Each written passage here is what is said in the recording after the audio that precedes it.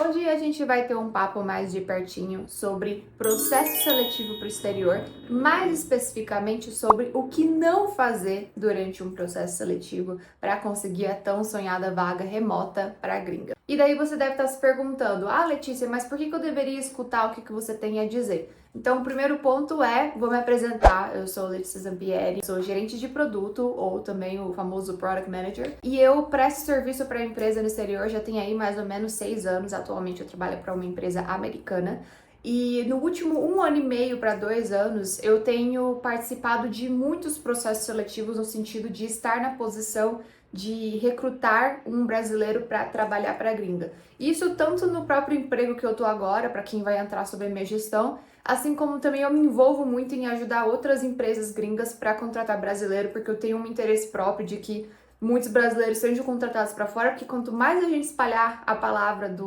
da força de trabalho brasileira, mais fácil vai ficar para a gente conseguir vaga lá fora e, enfim, melhora o salário de todo mundo fica muito feliz.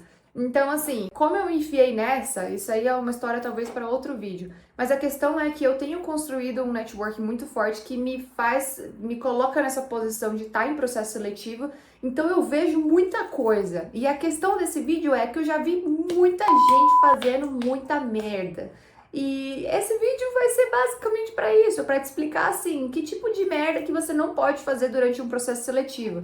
Então assim, eu acho que eu já acumulei conteúdo suficiente para trazer aqui para vocês e assim, é cada história bizarra que eu já presenciei que dá para fazer uma lista aqui para 2, 3 vídeos, mas vamos começar hoje pelos pontos mais importantes e aí eu espero que isso te ajude. É claro que isso não se aplica só para vaga no exterior, também se aplica para vaga aqui no Brasil, mas assim, acreditem em mim, essas coisas realmente aconteceram, então fica comigo até o final do vídeo que eu tenho certeza que isso vai te ajudar. Então, a primeira dica durante o processo seletivo para o exterior é, pelo amor de Deus, não aborde assuntos pessoais. Gente, esse caso é realmente uma coisa que aconteceu. Eu tava rodando um processo seletivo para a seleção de um Product Manager para uma empresa dos Estados Unidos, né? Então, eles me puxaram para ajudar eles no processo porque eles não tinham nenhum gerente de produto e como é a minha área, eu ia conseguir, tipo, ter o entendimento mais técnico da coisa, se a pessoa sabia o que ela tava falando ali ou não. Beleza.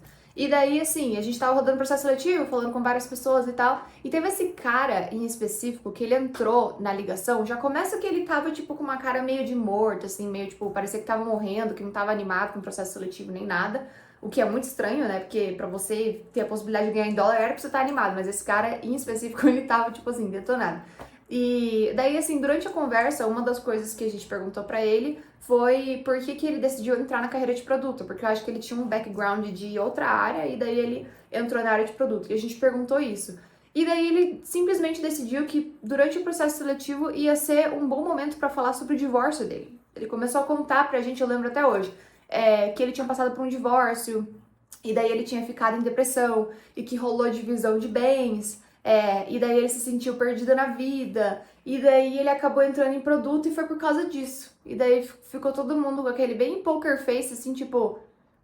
Inclusive, eu nem entendi, até hoje eu não entendi exatamente qual que é o link do divórcio com entrada na carreira de produto, mas eu sei que foi, tipo assim, extremamente bizarro, a gente não conseguiu assimilar de fato o que a gente tava querendo com aquela pergunta. E, tipo, deu pra passar a vibe bem depressiva, assim, do divórcio dele. Então, a primeira dica que eu tenho é, não compartilhe coisas pessoais durante o processo seletivo. Esse não é o momento pra isso, parece meio óbvio, mas aparentemente pra algumas pessoas não é.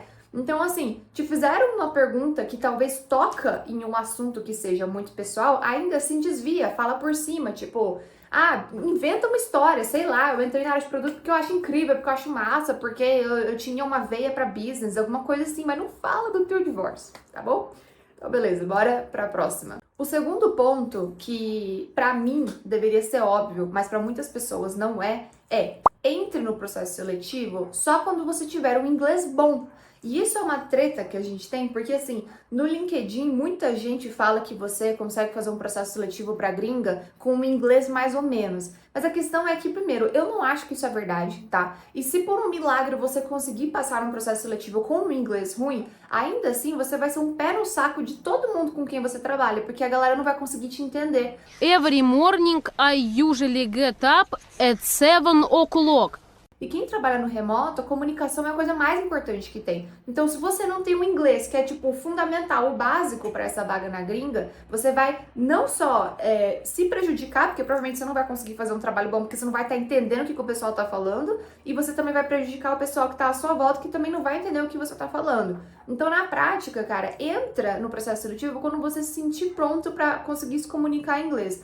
E eu sei que isso é meio complexo, porque tem muita gente que é bom no inglês, mas aí não se sente preparada. Daí entra numa vibe um pouco tipo síndrome do impostor, que não é o ponto desse vídeo. Mas eu vou te trazer algo prático que realmente aconteceu.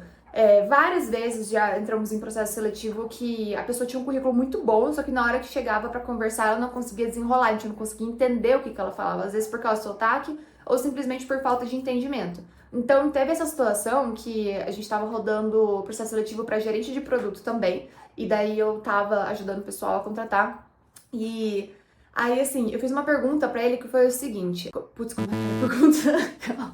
Tá, eu não lembro exatamente como é que foi a pergunta, mas foi algo no sentido assim, tipo, what do you do when you have to build the product from scratch? Tipo, algo nesse sentido. E from scratch, em inglês, significa, tipo assim, como que você faz para construir um produto do zero? Então, from scratch, do zero. E ele entendeu o scratch de desenhar, porque realmente scratch, dependendo da circunstância em que é falada, significa desenho. E daí ele compartilhou a tela do Miro. Para quem não sabe o que é Miro, é tipo uma plataforma que você consegue fazer desenho, mapa mental e tal.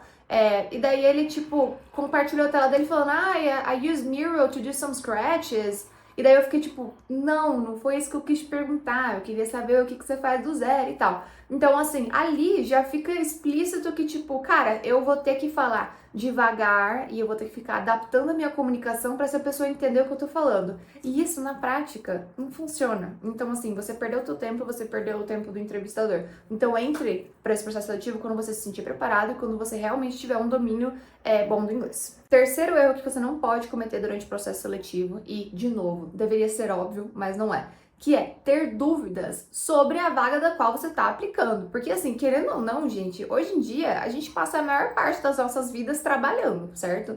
Então, deveria ser do teu interesse entender em que ambiente que você está entrando. Então, você ter dúvidas sobre a empresa, sobre o modelo de negócio, se ela está gerando dinheiro, se ela está indo à falência, quem que vai ser teu chefe, tipo, tem tantas coisas que deveriam ser do interesse da pessoa, mas ainda assim tem muita gente que entra em processo seletivo e simplesmente não faz nenhuma pergunta. E a mensagem que passa isso é tipo, cara, não tô interessado, pouco me importa, tô aqui só pelo dinheiro. E eu vou dar um exemplo prático pra vocês, tá? Porque pior do que não fazer perguntas é fazer as perguntas erradas. Então eu tava rodando um processo seletivo, esse aí era sobre minha gestão, e era para desenvolvedor, né, software engineer. E daí eu tive uma reunião com um cara de 30 minutos que eu não consegui nem falar com ele por 30 minutos porque não tinha assunto, porque ele tava totalmente desinteressado, ele não tinha nenhuma pergunta sobre a empresa. Eu insisti várias vezes, falei, você tem certeza que você não tem nenhuma pergunta? Tipo, você não quer saber sobre, tipo, como que é o time, como que é o produto e tal? E ele, tipo, não, tô tranquilo, de boa e tal.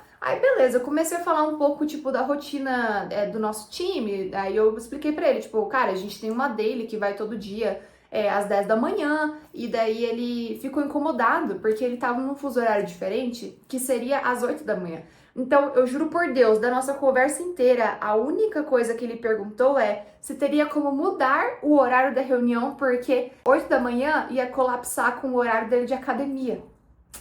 Sim, gente, isso aconteceu. Eu queria que fosse mentira, mas não, isso aconteceu. Então, assim, pior do que não ter dúvidas é ter as dúvidas erradas, tá? E isso vale também para a questão de salário. Salário negocia direto com o RH, que inclusive isso aqui é um dos pontos. Não vai trazer esse tipo de dúvida para quando você tá conversando, tipo, com a pessoa que vai estar na tua gestão, porque aquele não vai ser o momento ideal. Então, saiba dosar as perguntas para cada tipo de entrevista. E antes da gente continuar pro conteúdo do vídeo, eu quero fazer uma pausa estratégica aqui para fazer uma recomendação para vocês. Eu recentemente fiz parceria com a PM3, que é uma escola de produto que tem aqui no Brasil, mas atualmente eles estão expandindo, então hoje em dia eles têm cursos também para a galera de dados. E dentro dessa plataforma, por mais que seja uma plataforma de cursos, por que eu decidi recomendar ela aqui para vocês? Porque ela tem uma parte toda focada em mentoria. Então lá dentro você consegue agendar mentorias gratuitas com várias pessoas da área de produto, justamente para você conseguir treinar para o processo seletivo, revisar o teu currículo e daí treinar de novo até você ficar craque. Então, eu recomendo a plataforma por causa disso e eu vou deixar aqui um cupom de desconto para vocês, se vocês tiverem interesse. Não significa que você precisa ir lá agora, fechar, mas assim, dá uma pesquisada. Eu faço parte da comunidade, eu acho muito legal.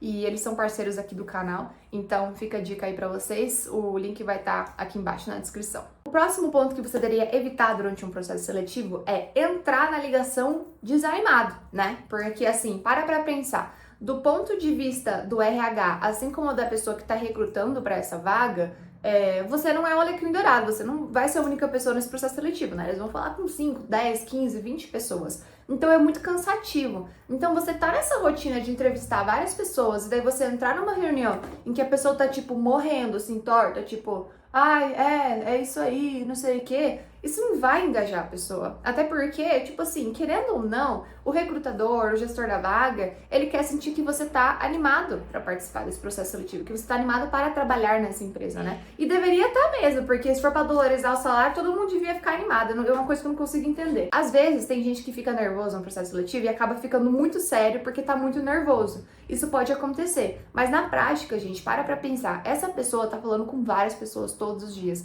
Então, se você aparecer muito sério ou, tipo, muito morrendo, você não vai passar a vibe que você deveria passar. Então, entra com vontade, entra com alegria, se mostra disposto, se mostra empolgado, porque isso só tem a contar de forma positiva pra você. Confie em mim. Já aconteceu uma situação real em que eu tava ajudando de novo em outro processo seletivo. Era uma empresa muito massa que fica na Califórnia, era um aplicativo. E a gente tava contratando pra Product Designer, né? Então, designer de produto. E a gente entrou no processo seletivo e essa menina, ela tinha passado por um case. E assim, o case dela foi incrível, foi fenomenal. Só que na hora que a gente passou pra parte da ligação, ela tava tão desmotivada, tipo, tão triste, assim, que a gente ficou meio assim, porque o dono da vaga, ele era muito apaixonado pela empresa, pelo conceito, e ele queria contratar alguém que estivesse tão animado quanto ele. E daí, assim, ela entregou um case legal, só que quando a gente perguntou, tipo, como é que foi o teu processo, né, de pesquisa? Como é que foi pra você olhar pros competidores e tal? E daí ela, tipo, não, eu só, tipo, dei um Google e coloquei ali o que apareceu primeiro, mas eu não gastei muito tempo fazendo pesquisa. Tipo, ela literalmente falou isso, juro por Deus. E assim, foi um case pago já, em dólar, assim. E a vaga teria sido dela tranquilamente se ela tivesse mostrado um pouco mais de entusiasmo. Porque o que quebrou ali, o que o CEO falou pra mim foi tipo, cara, eu quero alguém que tá animado e parece que a gente tá, sei lá, fazendo um favor pra ela, achei muito estranho. E daí eles decidiram não evoluir o processo com ela. Então isso realmente aconteceu, fica aí a dica pra vocês. Penúltima dica é muito importante também, e às vezes a galera não se liga muito, que é demorar para responder quando se trata de processo seletivo. Por quê? De novo, voltando naquela questão, ninguém aqui é especial, certo? Então, a recrutadora, quando ela entra em contato com você, ela não entrou em contato só com você, ela entrou em contato com provavelmente mais 20 pessoas. Então, a primeira pessoa que entra na ligação normalmente tem muito mais vantagem do que a pessoa que entra na última ligação. Por quê? Pra pensar. A gente normalmente tem um gestor da vaga, né? Então, a pessoa que vai te gerenciar ali, e a gente tem um RH. Aí eles passam a semana inteira falando com um monte de gente. Quem que vocês acham que ele vai ter mais cérebro para prestar atenção? A galera que entrou na reunião na segunda-feira ou a galera que entrou na reunião na sexta-feira? Então, assim, cara, recebeu a proposta de entrar para uma reunião, pega o primeiro horário, porque é a hora que o pessoal vai estar mais descansado e que eles vão estar mais abertos a te escutar. Deveria ser assim? Provavelmente não. De novo, eu não faço as regras, mas é assim que acontece. E eu vou te dar um exemplo real. Tinha uma vaga que eu tava ajudando, era inclusive nessa de designer de produto, e o CEO tinha 2 entrevistas marcadas naquele dia de tarde, né? E daí ele teve uma atrás da outra. Então, ele entrou em uma reunião e daí o cara era muito bom e daí eles engajaram e tal. E daí na hora que ele entrou na segunda reunião, ele já tava com preguiça, já tava cansado, ele já tinha gostado muito do primeiro candidato.